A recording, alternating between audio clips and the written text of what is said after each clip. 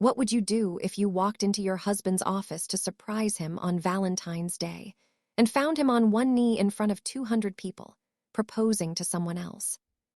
I'm going to tell you exactly what I did in the 30 minutes that followed, and why my phone had over 150 missed calls before that night was even over. Before I go further, hit like right now, because this story is about to show you what quiet, controlled anger can actually accomplish. Subscribe too, and share it with anyone who's ever been told they were just a footnote in their own life. My name is Claire. I was standing in the hallway of our house in Connecticut with my coat still on, my purse still on my shoulder, and a bouquet of dying roses sitting on the kitchen counter behind me. Those roses had cost me a special trip that morning to a little shop near the train station. I'd picked out cream wrapping paper and a red ribbon because my husband, Nathan, always said old-fashioned romance made him feel like the version of himself before everything got complicated. Tucked inside the card I wrote by hand were 2 first-class tickets to Paris. A 4-night trip to the same neighborhood where we'd spent our honeymoon, back before his suits were tailored, back before his name showed up in business magazines, back before people started standing a little straighter whenever he walked into a room. That morning, I had imagined his face lighting up when he opened that card. By noon, I had seen his face instead, lit up while kissing another woman in front of his entire company. The doorbell rang again, longer this time. Then Nathan's voice came through the door, muffled and desperate.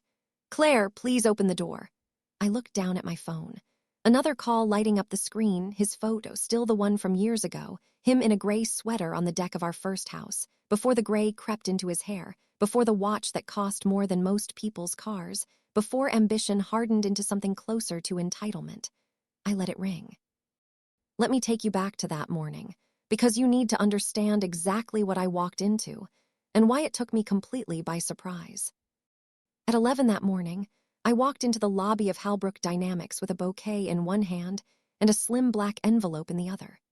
The building was all glass and polished concrete, the kind of headquarters that looks more like a boutique hotel than an office. I hadn't visited often over the last few years, partly because I valued my privacy, and partly because Nathan had slowly trained the entire company to think of it as his world, not ours. Still, I expected someone to recognize me.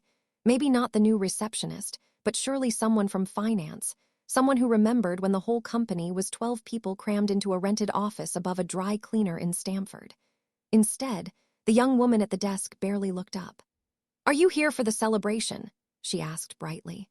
I smiled, assuming Nathan had planned some kind of Valentine's event for his staff. He was good at that, the visible gestures, the champagne, the speeches that looked generous from a distance.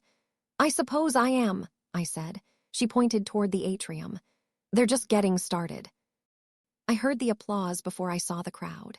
There must have been 200 employees gathered under the skylight, clustered around a small stage decorated with white roses and gold balloons.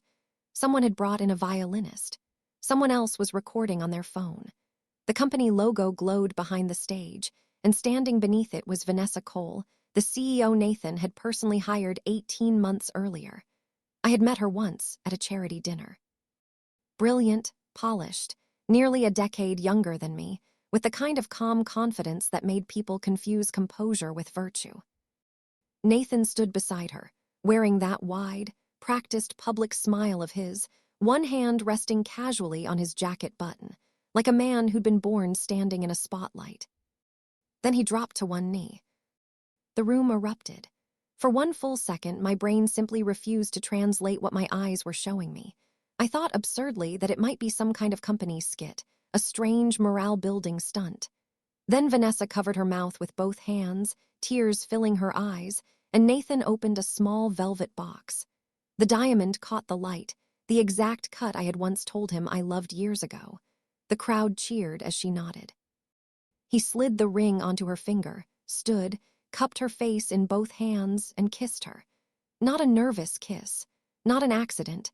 A man does not kiss someone like that unless he has already rehearsed the betrayal in his mind 100 times before. I felt the bouquet slip lower in my grip. A woman standing near me whispered to her friend, "Can you believe it? They're perfect together." Perfect. That single word was what finally made Nathan turn. His eyes found mine across the atrium and foe. Our half a second, all the noise in the room seemed to fold in on itself. His smile disappeared entirely. His face drained of color.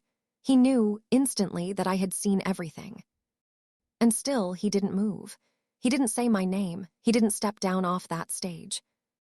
Vanessa followed his gaze and looked at me with polite, genuine confusion, the way a hostess looks at a guest she can't quite place. "I'm sorry," she mouthed, almost kindly. "Do we know each other?" That was the moment I finally understood. Nathan hadn't just cheated on me. He had erased me completely, in the eyes of every single person who mattered to his professional life. I turned around before my dignity could bleed out any further in front of 200 strangers. Nobody stopped me as I walked back through the lobby. The receptionist smiled again, still cheerful, still completely unaware. "Have a great Valentine's Day," she said. I made it as far as the parking garage before my hands started shaking. I sat in my car with the flowers on the passenger seat, the Paris envelope resting on my lap, and the faint sound of applause still echoing somewhere behind my ears. I could have screamed. I could have marched back inside and thrown those roses directly at his face, given the crowd the exact spectacle they were probably already halfway enjoying. But real rage, once it becomes clear enough, gets quiet instead of loud. I opened my phone. First, I canceled Paris. Then I called the bank and froze every joint account requiring mutual authorization under our marital agreement. Then I called our family attorney, a careful man named Gerald Whitmore, who had represented my father long before he ever represented me. "Claire," he said, immediately picking up on the tension in my voice. "What happened?" "My husband just got engaged," I said, "to his own CEO. There was a silence so complete I could actually hear him breathing. "I'm on my way to the office," he finally said. "No," I told him. "Start with the holding company." Another silence. "Are you sure?" I stared through my windshield at the elevator doors, half expecting Nathan to burst through them, breathless and apologizing. He never came. "Yes," I said. "Withdraw the full position." "That will trigger a capital event," Gerald warned. "It will freeze their credit line. It could collapse the acquisition they've been working on for months." I pressed my thumb hard against the edge of that Paris envelope until it dug into my skin. "Do it." By the time I drove home, the calls had already started. First one, then 15, then 50. By the time I pulled into my own driveway, Nathan had called 152 times, and now he was standing on our porch, ringing the doorbell like a man trying to wake the dead. If you've ever discovered a betrayal that hit you sideways, out of nowhere, drop a comment below and tell me how you'd have reacted in that parking garage, because this story is only just getting started, and the next part changes everything. I walked to the door slowly and looked through the side window. Nathan was still in the same suit, his tie now crooked, his hair disheveled, sweat on his face despite the cold February air. Behind him in the driveway, his company car sat parked at an odd angle, like he'd abandoned it before it had fully stopped moving. For the first time all day, he looked like a man who understood that consequences could move faster than excuses. I opened the door only halfway. His eyes dropped to my face, then to my coat, then passed me toward the kitchen, where the flowers sat like evidence on the counter. "Claire," he whispered. "It wasn't what it looked like." I stared at him, and in one strange, almost darkly funny moment, I realized that even now, he genuinely believed the affair was the biggest problem in front of him. He had no idea the empire behind him was already on fire. "Then tell me," I said calmly, "what exactly did it look like?" He opened his mouth. Nothing came out. Behind him, his phone started ringing again, not mine, his. He glanced at the screen, and whatever name appeared there made his face collapse completely. I knew, before he even said a word, that the board had already found out. The color drained from him so fast it was almost satisfying to watch. Not in the loud, cruel way people imagine revenge should feel, but in a quieter way. The way a locked door finally feels satisfying, after years of someone walking through it without ever bothering to knock. He silenced the call. "Claire," he said, stepping closer, "we need to talk inside." "No," I said. His eyes flicked toward the street, toward our neighbor's porch lights glowing softly in the gray evening. This was the kind of town where people pretended not to notice things while noticing absolutely everything, and Nathan understood that better than anyone. He'd spent years carefully building the image of a generous husband, a visionary founder, a man who remembered everyone's birthday. Being C.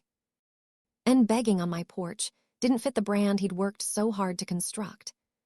"Please," he said, lowering his voice, "I made a mistake." "A mistake is forgetting an anniversary," I said. "A mistake is missing a flight. You proposed to another woman in front of your entire company." His jaw tightened. "It got out of hand," he said, and I almost laughed because that had always been Nathan's particular gift. He could make any disaster sound like weather, something that simply rolled in unannounced, rather than something he had actively chosen, one decision at a time. "When exactly did it get out of hand?" I asked. "Before or after the ring?" He swallowed hard. Behind him, his phone buzzed again. This time he glanced at it and turned the screen away quickly, but I'd already seen enough. Gerald's name. Nathan noticed that I'd seen it. "What did you do?" he whispered. I leaned against the doorframe, and for the first time since walking into that glass atrium, my hands finally stopped shaking. "I protected what belongs to me," I said. His expression shifted, the panic sharpening into something closer to calculation, a look I recognized instantly from years of watching him across conference tables whenever a deal started slipping out of his control. "Claire, you can't just pull capital like that," he said. "There are procedures, there are obligations." "There are clauses," I corrected, "and you sign them." He stared at me like I was speaking a language he used to understand, but had long since forgotten out of pure arrogance. 14 years earlier, when this company was nothing but an unfinished piece of software, a folding table, and a name I'd written on a legal pad at 2 a.m, Nathan hadn't talked about obligations. He talked about dreams, about building something that helped small clinics manage patient records without drowning in outdated systems. He had the charisma to sell a room, and I had the technical foundation to build exactly what he was selling. We were a good team, once. That's the part people rarely understand about betrayal. It doesn't always start with a clear villain and a clear victim. Sometimes it starts with two exhausted people eating takeout on the floor of a rented office, laughing because the internet had gone out again. My father had been the very first investor, not because he trusted Nathan, but because he trusted me completely.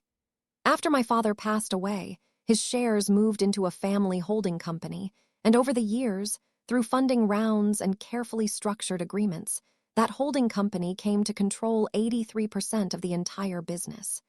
Nathan knew this. He had known it when he asked me to stay out of the public-facing side of things, explaining that investors felt more comfortable with a single visible voice at the top. He had known it every single time a magazine called him the founder, and I said nothing, because I told myself marriage wasn't supposed to be a competition. But knowing a fact and respecting it turned out to be two very different things. "You're angry," he said, forcing softness into his voice. "I understand that." "No," I said. I had every right to know that my husband was living as an unmarried man at his own office. His face flinched. "Vanessa didn't know," he said quickly, and that admission actually surprised me, though I didn't let it show. "Didn't know what?" I asked. He glanced toward the driveway, then back at me. "About us, not really. I told her we were separated." The cold that moved through me then was clean and exact. I thought of Vanessa's polite, confused smile, the way she'd mouthed, "Do we know each other?" with absolutely no cruelty behind it. Just genuine ignorance that the woman holding those roses was the actual wife of the man she'd just agreed to marry. "You told her we were separated," I said, "while you slept in my bed every single night, while you sat across from my mother at Thanksgiving, while we renewed the insurance on the lake house together just last month, while you kissed me goodbye this morning." His eyes opened at that, and for one brief second I saw the man from years ago, the one who genuinely hated disappointing me. Then it disappeared beneath fear again. "The board is overreacting," he said. "This can be managed." There it was, not repaired, managed. I stepped back and picked up the black envelope from the console table, holding it between two fingers. These were for Paris, I said. His eyes dropped to it, something like grief crossing his face, though it arrived far too late to matter. I wanted to surprise you, I said. I thought we needed a few days away. I thought the distance between us was just stress from the acquisition, from everything you always said was temporary. It was complicated, he said. No, I said. Software integration is complicated. Marriage is difficult. Lying is simple. He looked at me then, genuinely wounded by how plain that sentence was. My phone buzzed. A message from Gerald. Emergency board meeting scheduled for 7:30 that evening, requesting my presence by video, instructing me not to discuss corporate matters with Nathan beforehand. I turned my screen just enough for him to see the first line. His mouth opened. Claire, don't do this tonight. I didn't do anything tonight, I said. You did. He ran a hand through his hair, and suddenly he looked far older than his years, not distinguished, just tired and cornered. If I'm removed, the company destabilizes, he said. People lose jobs, good people with families with mortgages. That's the first honest thing you've said all day, I told him. And it should have mattered to you before you turned their workplace into your engagement party. He had no answer for that. I closed the door, locked it, and stood there while he knocked once, twice, then stopped entirely. A minute later, his car door slammed. Through the window, I watched him sit behind the wheel without starting the engine, shoulders bent forward, phone pressed to his ear. I didn't know who he was calling, and for the first time in 14 years, I realized I didn't need to know. If you're wondering whether this story turns into full corporate justice, comment the word boardroom below, because that's exactly where things headed next, and it did not go the way Nathan expected. At 7:30, I sat at my kitchen table in a plain gray sweater with a glass of water beside me and Gerald's face glowing on my laptop screen. One by one, the board members joined the call, each looking stunned, careful, and professionally frightened. Then Nathan appeared, no longer on my porch, but sitting in his office beneath a framed magazine cover calling him the man who reinvented healthcare software. His camera turned on, and he looked directly at me, and every person on that call finally understood that the woman they'd treated as a footnote was the only reason any of them still had a company left to save. The chairman adjusted his glasses. We've received notice, he said carefully, that Whitfield Family Holdings has withdrawn its equity commitment effective immediately. No one looked at Nathan. Everyone looked at me. Mrs. Whitfield, the chairman continued, can you confirm this notice is authentic? Yes, and that your family holdings remain the beneficial owner of 83% of this company? Yes. The silence that followed seemed to stretch on forever. Several directors had known the ownership structure existed on paper, but paper and reality are very different things. For years, Nathan had become the visible face of the entire business. Employees quoted him. Investors photographed him. Reporters called him the founder. Somehow, visibility had quietly become confused with ownership, and Nathan had believed that confusion most of all. He leaned toward his camera. Claire, please don't make permanent decisions based on today's emotions. I answered calmly, without hesitation. I made no decisions today. I simply exercised rights that have existed for years. The chairman turned to him directly. Nathan, is there anything you need to disclose before we continue? A long pause. Finally, he spoke. My personal situation has become complicated. Complicated, one director repeated flatly. Another board member asked, did you represent yourself inside this company as unmarried? Nathan hesitated. Yes. Were you, in fact, married? Yes. Did executive leadership know you were married? No. The room went painfully quiet. Nobody cared that Nathan had been unfaithful. Not really. What they cared about was that their CEO had concealed material personal facts while conducting a highly visible relationship with another executive inside the very company he ran. Corporate governance had just become a legal matter. General counsel recommended immediate administrative leave pending an independent investigation. Nathan stared into the camera. You can't be serious. The chairman sighed. I wish we weren't. By the following morning, forensic accountants were already inside a locked conference room, sorting through years of authorization records. What they found within 3 days wasn't a single forged signature. It was a pattern, an entire system. My name had been used to authorize temporary executive loans, approve inflated travel reimbursements, and fast-track vendor contracts tied to people Nathan personally knew. None of it looked reckless enough to scream fraud on the surface. That was exactly what made it dangerous. It was polished, layered, wrapped in language clean enough to slide past busy hands. But every document carried a timestamp. Every approval carried metadata. Every transfer left a trail. Gerald called me on a Thursday evening. "We have enough," he said. I was standing in my laundry room, folding one of Nathan's white dress shirts, because habit is sometimes the very last part of love to actually die. I looked down at the monogram on the cuff and suddenly felt foolish for even touching it. "Enough for the board?" I asked. "Enough for the board, enough for civil action, and possibly enough for referral to federal authorities." I closed my eyes. For one brief second, I wished the whole truth had turned out smaller. Then I remembered Nathan kissing Vanessa under that skylight, while 200 people applauded a complete lie. "Then send it," I said. The next board meeting wasn't a discussion. It was a verdict. Forensic accountants laid out signatures, metadata, wire approvals, and lease agreements without raising their voices even once. They showed a downtown apartment Nathan had rented and quietly classified as a client hospitality suite.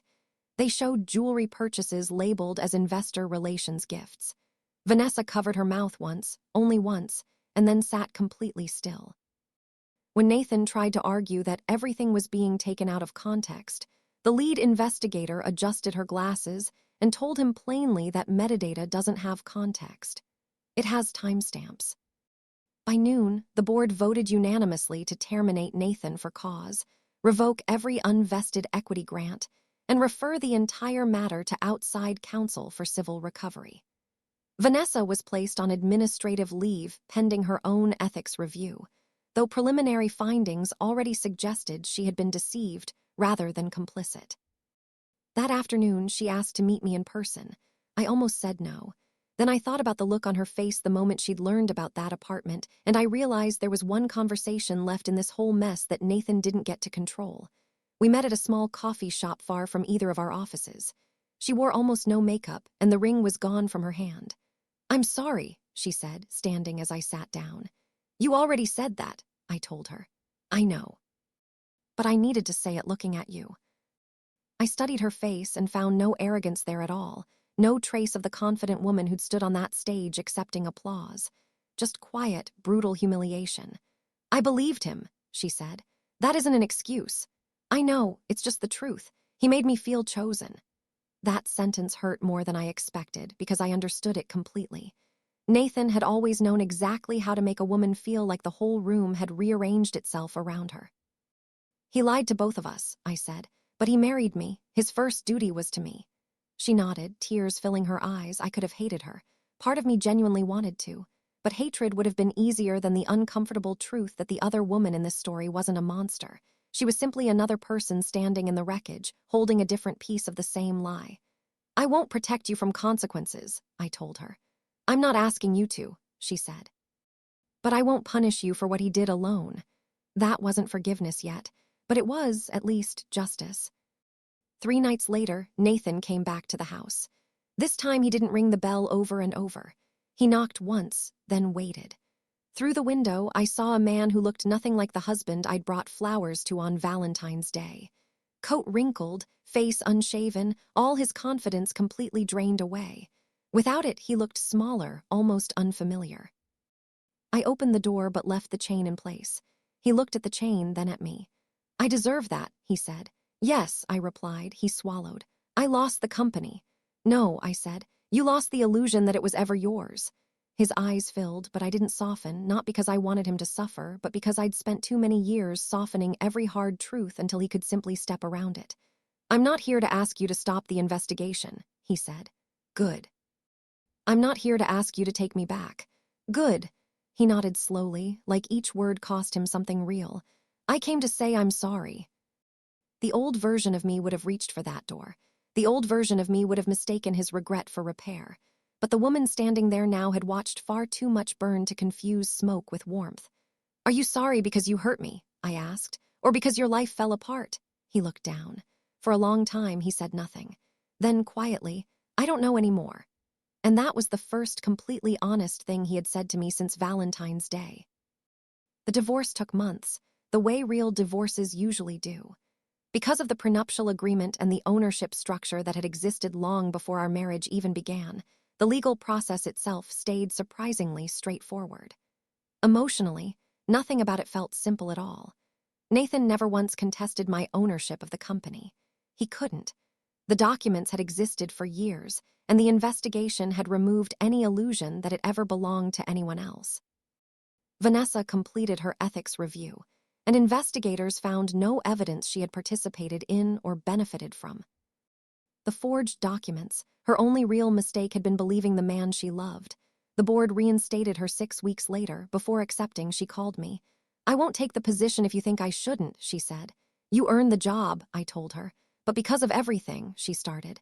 "Because of everything," I interrupted gently. "Don't waste the chance to do it honestly." She went quiet. "I don't expect us to become friends." "I don't either," I said. "But I hope one day you'll believe I never wanted your life." I looked out at the first signs of spring pushing through the frozen flower beds outside my window. "I already believe that," I told her. When we hung up, I realized forgiveness had arrived without ever announcing itself. Not complete forgiveness, not the kind that erases scars, just enough to stop carrying someone else's guilt around with me. The board asked if I wanted to become CEO myself. Years earlier, I might have said yes without hesitation. Instead, I surprised everyone, including myself. "No," I said. The chairman blinked. "You built this company." "Yes." "You own it." "Yes." "Then why not?" I smiled. "Because ownership and purpose aren't always the same thing." I accepted the role of executive chair instead, focusing on long-term strategy while leaving daily operations to Vanessa.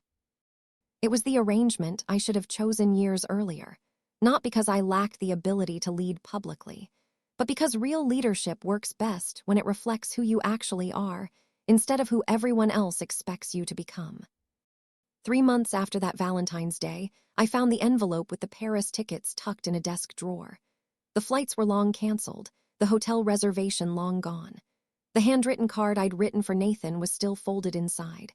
I read it once, smiled sadly, and fed it through the paper shredder, not out of anger but out of acceptance. That evening, I opened my laptop and booked another trip. Same city, different hotel, one ticket. Paris greeted me with warm sunshine and cafes spilling onto narrow sidewalks. I walked without any itinerary at all. I sat by the river with coffee that grew cold because I kept watching people instead of drinking it. On my second evening, I crossed the same bridge where Nathan and I had once stood, years earlier, making promises about our future together. This time, I made only one promise, and it was strictly to myself. Never confuse being needed with being valued. They are never the same thing. Nearly a year later, the company launched a new investment initiative supporting early-stage healthcare technology founded by women and underrepresented entrepreneurs, an idea that had been sitting quietly in one of my old notebooks for almost a decade. At the launch event, Vanessa thanked the board, thanked our employees, and then, unexpectedly, she thanked me. "Some people build companies," she said. "Others build cultures where the truth eventually matters more than appearances." We're here today because Claire Whitfield refused to sacrifice either. The applause that followed sounded completely different from the applause I'd heard that Valentine's Day. That earlier applause had celebrated an illusion. This one honored something real. A few weeks after that, I received a handwritten letter, not an email, not a text. It was from Nathan. He wrote that he'd taken a management position at a small regional software company, nothing glamorous, no magazine interviews, no corner office. He said that every morning he unlocked the office himself, made the coffee for the staff, and left each evening knowing exactly what his title actually meant: employee. He apologized again, not for losing the company, not for losing his reputation, but for spending years believing that success entitled him to ignore the promises he'd made to the people who loved him most. At the very bottom, he wrote one final line: "I hope one day I become someone worthy of the forgiveness I asked for." I folded that letter and placed it in a box with old photographs, not because I wanted to relive any of it, but because pretending it never happened would have taught me absolutely nothing. Some chapters deserve to stay closed. They don't deserve to be erased. People sometimes ask whether revenge brought me peace. The honest answer is no. Revenge brought me justice. Peace came later, quietly, the day I finally stopped measuring my own future by someone else's betrayal. Nathan lost his marriage because he chose deception over honesty. He lost his career because he chose ambition over integrity. He lost the company because he forgot that borrowed power is never the same thing as earned trust. As for me, I didn't win because he lost. I won because I finally remembered that my worth had never once depended on whether someone else was willing to recognize it. Sometimes the strongest kind of revenge isn't destroying the person who hurt you. It's simply refusing to let the choices destroy the person you were always meant to become. If this story meant something to you, share it with someone who needs to hear it. Drop a comment telling me what you would have done in my place. Hit subscribe, and I'll see you in the next one.